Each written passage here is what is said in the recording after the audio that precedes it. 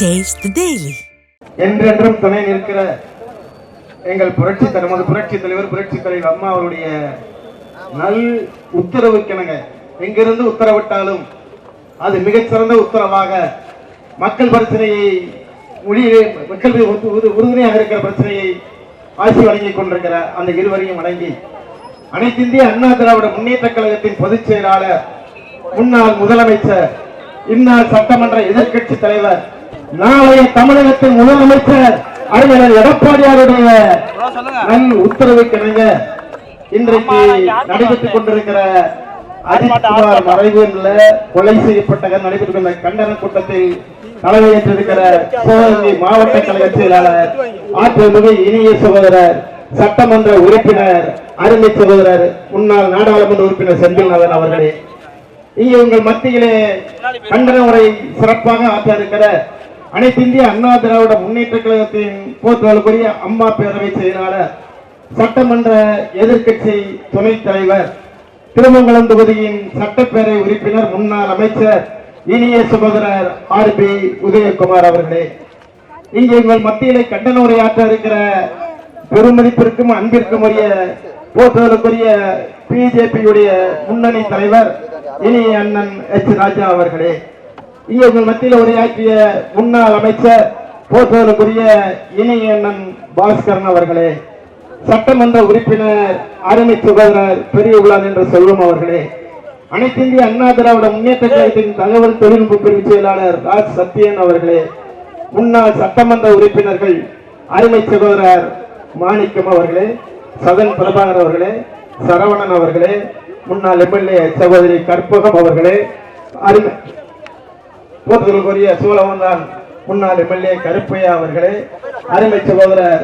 BJP உங்க மத்தியிலே உரையாற்றிய போற்றுதலுக்குரிய பெருங்கோட்ட பொறுப்பாளர் நரசிங்க பெருமாள் அவர்களே, போற்றுதலுக்குரிய இங்கே வந்திருக்கிற அனைத்து இந்திய அண்ணா திராவிட முன்னேற்ற கழகத்தின் இந்த பகுதி நிர்வாகிகள், போற்றுதலுக்குரிய இனிய சகோதரர் கோணியந்திரன் அவர்களே, நாகரத்னம் அவர்களே, சோனியரவி அவர்களே, அருமை சகோதரர்கள் வருகின்றிருக்கிற சிவகங்கை மாவட்டம் மற்றும் மதுரையில் வருகின்றிருக்கிற ஆட்சிமிகு மாவட்ட கழக நிர்வாகிகளே, ஒன்றிய கழக செயலாளர்களே, அணி செயலாளர்களே, பொறுப்பாளர்களே, இன்றைக்கு வெறும் இறைவனை கும்பிடுவதில் மட்டுமல்ல ஆர்ப்பாட்டத்திலும் நாங்கள் உங்களோடு துணை நிற்கிறோம் என்று இங்கே வருகை இருந்திருக்கிற பாரதிய ஜனதா கட்சியை சேர்ந்த அனைத்து நண்பர்களுக்கும் அனைத்து இந்திய அண்ணா திராவிட முன்னேற்ற கழகத்தின் ஆற்றமிகு பல்வேறு பொறுப்பாளர்களுக்கு இணைமைச்சர் கர்ணன் கருணாகரன் பாஸ்கரன் அணி நண்பர்களுக்கும் போன்ற இனிய நண்பர்களுடைய வணக்கத்தினையும் நன்றியினையும் தெரிவித்து இன்றைக்கு நடக்கிற போராட்டம் சாதாரண போராட்டம் அல்ல. அனைத்து இந்திய அண்ணா திராவிட முன்னேற்ற கழகம் 2026 நிர்வாக திறமையின் காரணமாக 4 ஆண்டுகள் அனைத்து இந்திய அண்ணா ஆட்சி இருந்த போது எந்த தவறு உணர்த்துவதற்காக நடக்கிற 2026 அதிமுக தலைமையிலான கூட்டணி வெற்றி பெறுகிற அளவிலே நடைபெறுகிற கண்டன ஆர்ப்பாட்டம். அஜித்குமார் என்ற நல்ல இளைஞன் மடப்புறம் பத்திரகாளியம்மனுக்கு நமக்கெல்லாம் வழிகாட்டுகிற நடு பொழுதிலே வழிகாட்டுகிற அந்த இளைஞன் மறைந்த பிறகு இந்த தமிழகம் முழுவதும் இன்றைக்கு கூர்மையாக கவனித்துக் கொண்டிருக்கிறது. இன்றைக்கு இருக்கிற திமுக அரசு, ஸ்டாலின் அரசு எவ்வளவு மோசமான அரசு. காவல் நிலையம் தாக்கப்பட்டது உண்டு, காவலர் தாக்கப்பட்டது உண்டு, காவலர்களே இன்றைக்கு தாக்கி ஒரு உயிரை எடுத்திருக்கிறார்கள். அந்த உயிரை திரும்ப கிடைக்குமா என்று கேட்டால் நிச்சயம் வாய்ப்பே இல்லை. ஆனால் இன்றைக்கு இருக்கிற முதலமைச்சர் நிர்வாக திறமையின்மையின் காரணமாக, காவல்துறையை சரியாக நிர்வகிக்காத காரணத்தால், தவறாக பயன்படுத்தாத காரணத்தால் ஒரு இளைஞனின் உயிரை இந்த திருப்புவனம் மடப்புறம் காளியம்மன் இழந்திருக்கிறது. அதை கண்டிக்கிறவையில் தான் அறிவியல் எடப்பாடியார் பல்வேறு கருத்துக்களை இன்றைக்கு சொல்லி இருக்கிறார்கள். ஒன்றல்ல இரண்டல்ல 24 உயிர்கள் இங்கே மாய்க்கப்பட்டிருக்கின்றன, லாக்அப் மரணம் என்று சொல்கிறோமே, அதற்கு விளக்கம் கொடுக்கிறார்கள் திமுக அமைச்சர்கள்.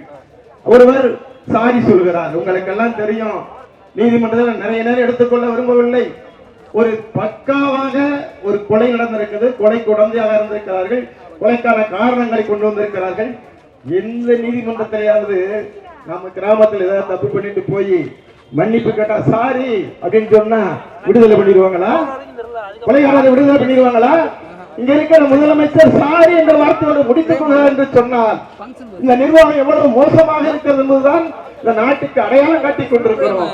மிக மோசமான அரசாக இந்த நிர்வாக அரசு திமுக அரசு இருந்திருக்கு. ஒன்றா இரண்டா பல்வேறு குறைகள், எண்ணற்ற கொலைகள், எண்ணற்ற கொள்ளைகள், எண்ணற்ற பாலின கேடுகள் அத்தனையும் செய்வதற்கு இந்த அரசு தொடர்ந்து உடந்தையாக இருக்கிறது.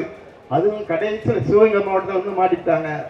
இனி இந்த அரசுக்கு சிவகங்கை மாவட்டம் தான் அது சுத்தமாக காலி பண்ணக்கூடிய மாவட்டத்துல இந்த திருப்புவன நகர் மடப்புறம் காளியம்மன் உற்ற துணையாக இருக்கிறார். இந்த அரசு என்றைக்கு போகும்?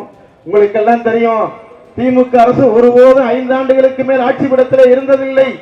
ஒரு முறை சட்டம் ஒழுங்கு கட்டிவிட்டது என்பதற்காக திமுக அரசு கலைக்கப்பட்டது. ஒரு முறை சர்க்காரியா கமிஷனால் ஊழல் குற்றச்சாட்டுக்காக ஒரு முறை கலைக்கப்பட்டது. வேறு எப்போதும் 5 ஆண்டுகளுக்கு மேல் அண்ணா திமுக இருந்ததில்லை. நமது முழுமையான 1 வருஷம் இருக்கிறதுக்கு முன்னாடியே தேர்தல் வேலை ஆரம்பிச்சீங்களே, அப்போ உங்களுக்கு பயம் வந்துருச்சுல, நீங்க செய்ய தவறு நாட்டுக்கு உணர்ந்து விட்டது. அந்த அடிப்படையில் தான் இந்த அரசு இன்னும் 1 வருஷம் தாக்கு பிடிக்குமா என்ற சூழ்நிலை தான் இன்றைக்கு தமிழகத்தில் எழுதி கொண்டிருக்கிறது. உங்களையெல்லாம் பார்க்கிற பொழுது இந்த போராட்டம் மிகச் சிறந்த அணியாக என்ன காரணத்திற்காக சாதாரணமா அல்ல, சாரி கேட்டு போயிட்டா முடிஞ்சு போய் ஒரு விஷயத்துல உங்களை நிர்வாகம் தோல்வி அடைந்து விட்டது, காவல்துறை நிர்வாகம் தோல்வி அடைந்து விட்டது, காவல்துறை ஐஜி சஸ்பெண்ட் ஆக வேண்டிய சூழ்நிலை, எல்லாரும் சஸ்பெண்ட் ஆக வேண்டிய சூழ்நிலை. யாருடைய தூண்டுதல்ல எஃப்ஐஆர் போடாம விசாரிக்காம போலீஸ் கூட்டு போகாம தண்டனை சேர்க்கின்ற இந்த தண்டனையை உறுதிப்படுத்துகிறதுக்கு செய்கிற காவல்துறையை கையில் எடுத்துக் கொள்கிற சட்டத்தை யார் கொடுத்த அதிகாரம் இது? ஆகவேதான் இன்றைக்கு இத்தனை பெரிய கண்டன ஆர்ப்பாட்டத்தில் கலந்து கொண்டிருக்கிறோம். அறிமணி எடப்பாடியார் மிகச் சரியா கேட்டாரு, சாரி சொல்லிட்டு உட்கார்ந்துட்டா நடவடிக்கை போதுமா? எல்லா வகையிலும் மோசமான இந்த திமுக அரசை வீட்டுக்கு அனுப்புவதற்கு திருப்புவனம் அடித்தளமாக இருந்திருக்கிறது. அது மிக விரைவில் வீட்டுக்கு அனுப்புவதற்கு மதுரை, சிவகங்கை மாவட்டங்கள் தயார் நிலையில் நம்முடைய போராட்ட கொடியை தூக்கி இருக்கின்றன. இந்த கண்டன போராட்டம் மிகச் சிறப்பான போராட்டமாக, இந்த அரசை வீட்டுக்கு அனுப்புகிற போராட்டமாக நிச்சயமாக நடக்கும். அறிஞர் முன்கூட்டியே சொன்னார், எங்க அண்ணன் எடப்பாடியார் சொன்னார், மக்களை காப்போம், தமிழகத்தை மீட்போம் என்று தன்னுடைய பயணத்துக்கு மிகப்பெரிய வார்த்தைகளை கொடுத்தார்கள். இந்த மக்களை மீட்க வேண்டும் என்றால், தமிழகத்தை காக்க வேண்டும் என்றால், அண்ணன் அருமையான எடப்பாடியார் எடுத்து வைக்கிற நடைபயணத்திலே நடையிலே நாமும் துணை நிற்போம். இன்றைக்கு தவறு செய்வதை தட்டி கேட்பதிலே எல்லோரும் முன்னிற்ப மாதிரி இந்த போராட்டம் ஒரு வெற்றி போராட்டமாக, அதுவும் இன்றைக்கு முதலாக மதுரை தென்பகுதியிலே நாமும் பாரதிய ஜனதா போராட்டம் அத்தனை பேர் கலந்து கொள்ளலாம், தப்பே கிடையாது. போராட்ட உணர்வு மிக்கவர்கள் தான் அதிமுக ஆரம்பிக்கிறது போராட்டத்தில் உருவான கட்சி. அது அன்றைக்கு ரத்தத்தை சிந்தி வேர்வை சிந்தி அந்த கட்சி அனைத்து அதிமுக. இன்றைக்கு அந்த போராட்டத்துக்கு தலைவர்கள் அவரோடு சேர்ந்து நாம் நல்ல பயணத்தை நிற்போம். கண்டிப்பாக இந்த அரசை வீட்டுக்கு அனுப்புவோம். குறிப்பாக ஸ்டாலினுடைய நடவடிக்கைகளை நல்ல வாய்ப்பை கொடுத்த சிவகங்கை மாவட்டத்திற்கு நன்றியை தெரிவித்து இந்த கண்டனம் இன்னொழியே பறக்க வேண்டும். நான் போடுகிற முழக்கம் அங்கே இருக்கிற ஸ்டாலினுக்கு கேட்க வேண்டும். அவர் ராஜினாமா செய்ய மாட்டாரு, செய்ய சொல்லி நம்ம போராடுவோம் என்று சொல்லி நன்றி கூறி விடைபெறுகிறேன். நன்றி, வணக்கம்.